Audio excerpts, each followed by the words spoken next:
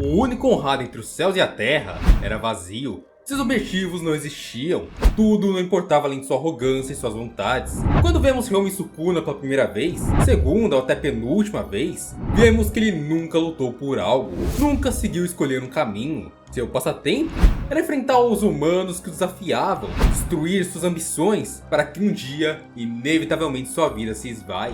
Quando vemos Sukuna na obra de Jujutsu Kaisen, sentimos diversos sentimentos de imersão na obra.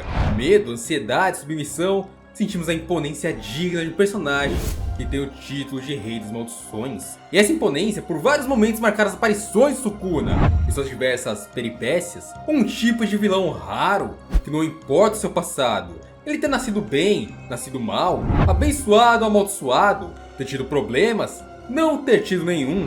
Tudo o que importa é o seu comportamento como um puro desastre natural. Uro e Ishigori descrevem dessa forma, onde os únicos que podem evoluir e transcender a um outro nível são aqueles com um senso avassalador de si mesmo. Como se antes, Sukuna nunca teve um objetivo claro. Ele apenas parecia brincar, querer humilhar seus alvos, querer se divertir, fazer o que quisesse na hora que bem entendesse, procurando em teoria várias fontes de causar desastres, incomodar as pessoas e estragar o mundo da sua forma, já que tudo isso apenas lhe tirava sorriso. Em seus primeiros momentos na obra, vemos ele apenas ameaçando o mundo, mulheres, crianças, reconhecendo a nova era, mas nunca falando exatamente o que ele iria fazer. Ele destrói o que está ao seu redor e avança como uma avalanche até ser contido por Satoru Gojo, ou melhor, humilhado por Gojo. Depois disso, Sukuna não impõe uma meta para si, um objetivo. Ele apenas fala um fato que irá ocorrer e já ocorreu em sua cabeça. Assim que ele recuperasse seu poder total, Gojo seria o primeiro que ele mataria, algo que literalmente ocorreu. O primeiro que ele enfrentou com seu poder compatível aos 20 dedos foi o próprio Satoru Gojo. Ele acabou vencendo e mandando de arrasta pra cima.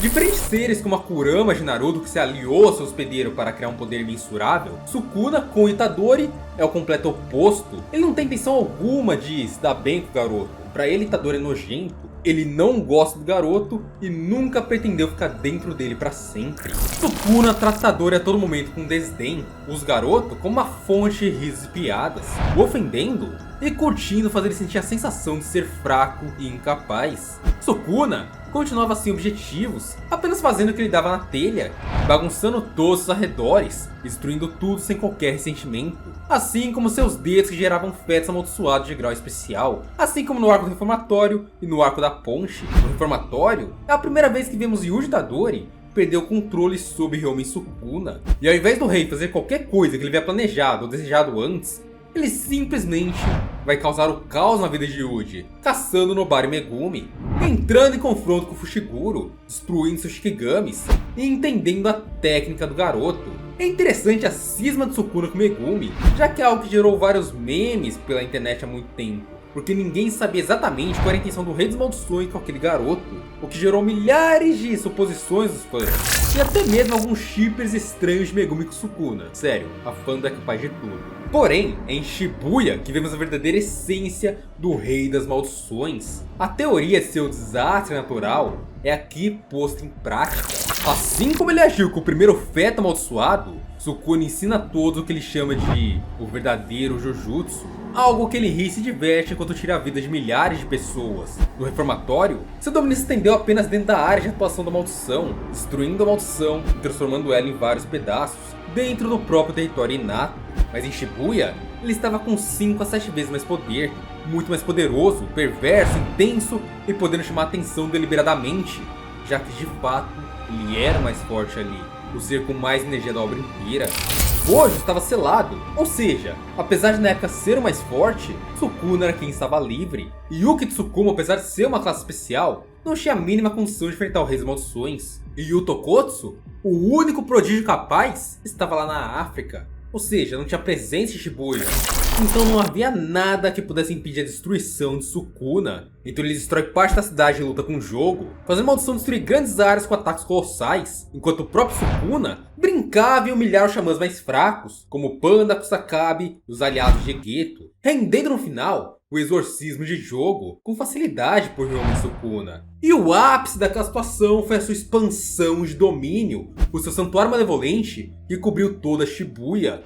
Mas calma lá, o interessante de Shibuya, algo que chamou atenção até aqui, foi o diálogo de Jogo com Sukuna no pós-morte, onde o xamã reconheceu a maldição como poderosa e explicou que a maldição não deveria ter se contido após ter sido derrotada por Satoru Gojo. Jogo deveria destruir tudo, essa era sua natureza, destruir tudo por onde passava até a sua morte. Sukuna, de algum modo, queria que Jogo fosse igual a si, tivesse a essência dele, mas a maldição escolheu o caminho de ser reconhecida, coisa que só foi alcançada no momento de sua morte para Ryomen Sukuna.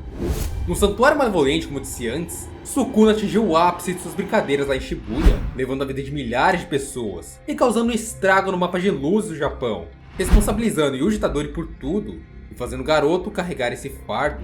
Contra Yorozu, Sukuna revela que já conheceu o amor, o sentimento por trás de amar e ser amado. Porém, ele não se importava em ter isso na sua vida. Diferente de pessoas como Gojo, Hajime Kashima, Hakari ou a própria Yorozu, ele não gostaria de ter esse amor. Todos esses que citei anteriormente procuram amor, ou procuraram. A sensação de olhar de igual para alguém, se entregar a algo de forma que nunca se entregaram.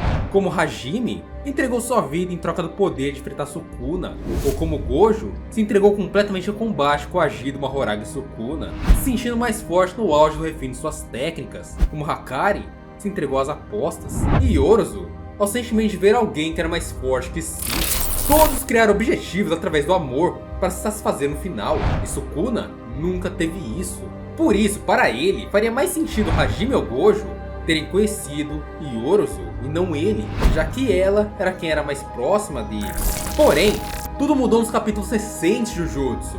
Pela primeira vez na história, em milênios, Sukuna, o Rei das Maldições, estava incomodado.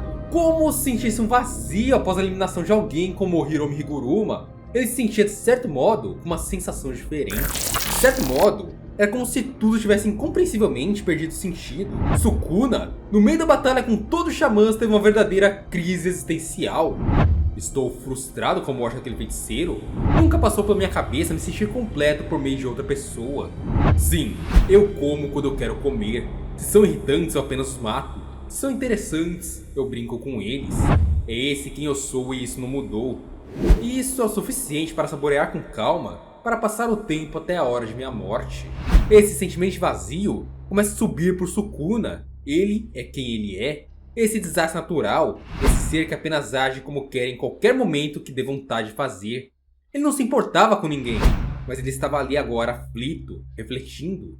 Seus ideais não existiam, todos tinham um ideal para viver. O ideal dos xamãs naquele momento era matá-lo, mas o próprio Sukuna nunca teve um ideal à altura de sua grandeza.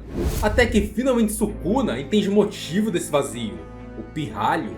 Não existia alguém há 1000 anos como ele, não existiu um Itadori há 1000 anos. Esses dois coexistiram no mesmo corpo.